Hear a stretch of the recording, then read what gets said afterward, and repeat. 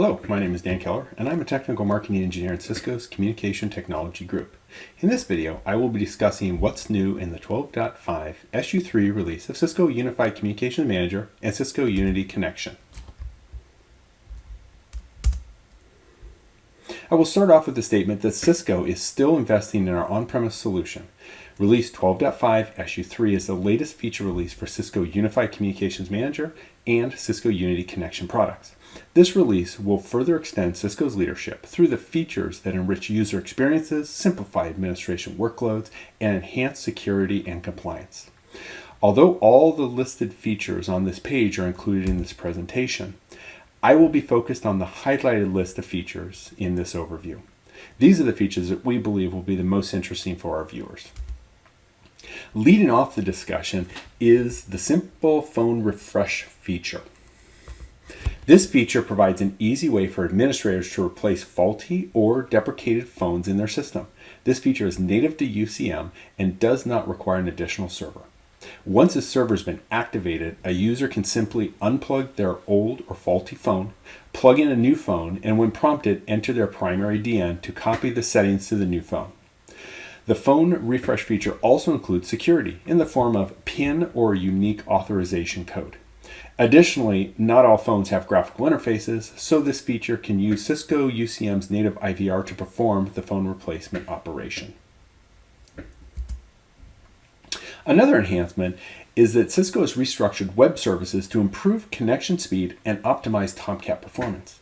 By implementing HA proxy to front-end the connections to Tomcat, we have been able to reduce connection times and response times for the most resource-intensive applications.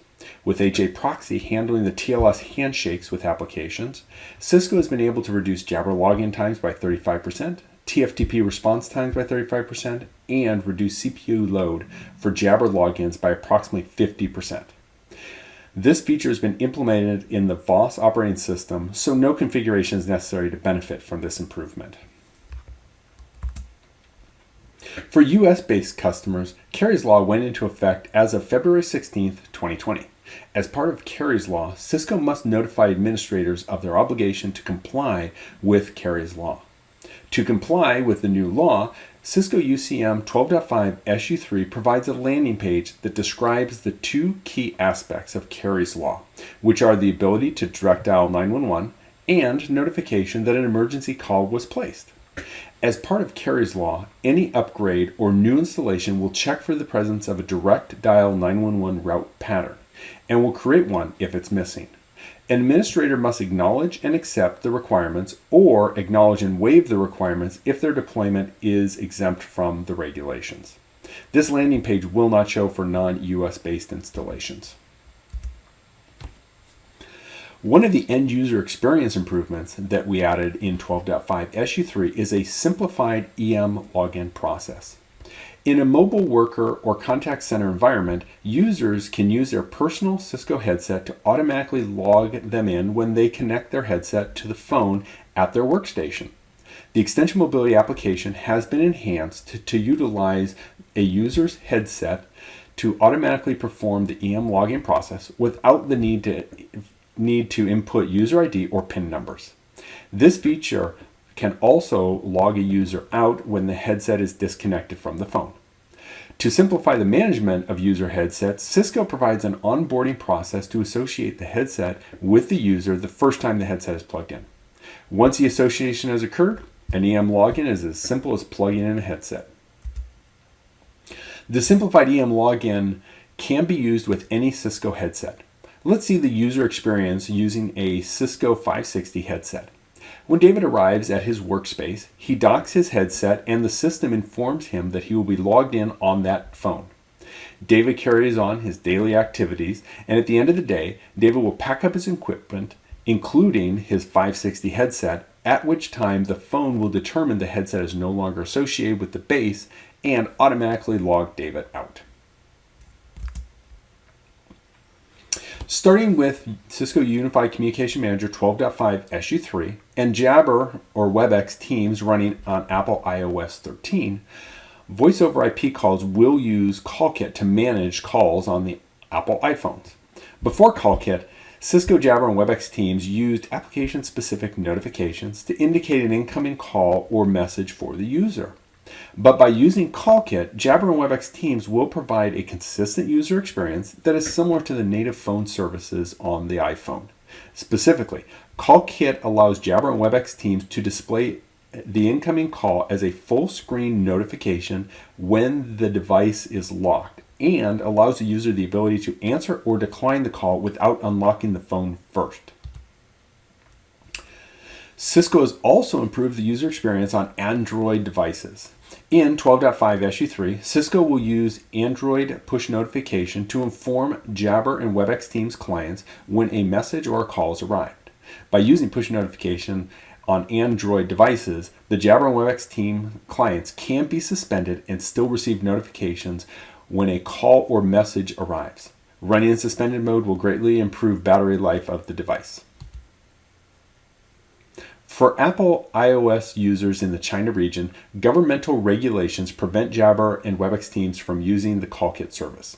So users in this region will not see any change in their call and message notifications.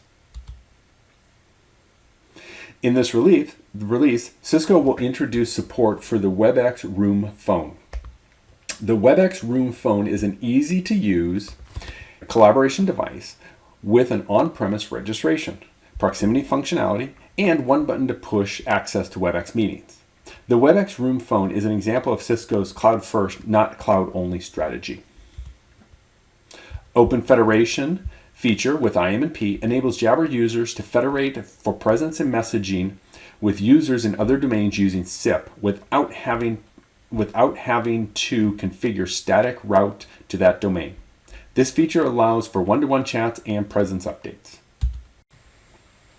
Additional features in 12.53 include agent readiness using exclusively Cisco headset buttons,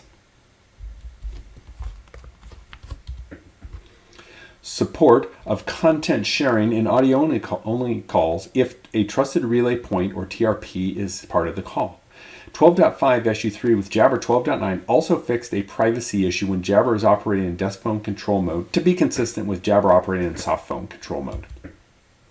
12.5 SU3 also includes a couple of Cisco Unity Connection improvements, such as Cisco Unity Connection now supports the management of administrators who do not own a mailbox, which will allow savings on mailbox user licenses.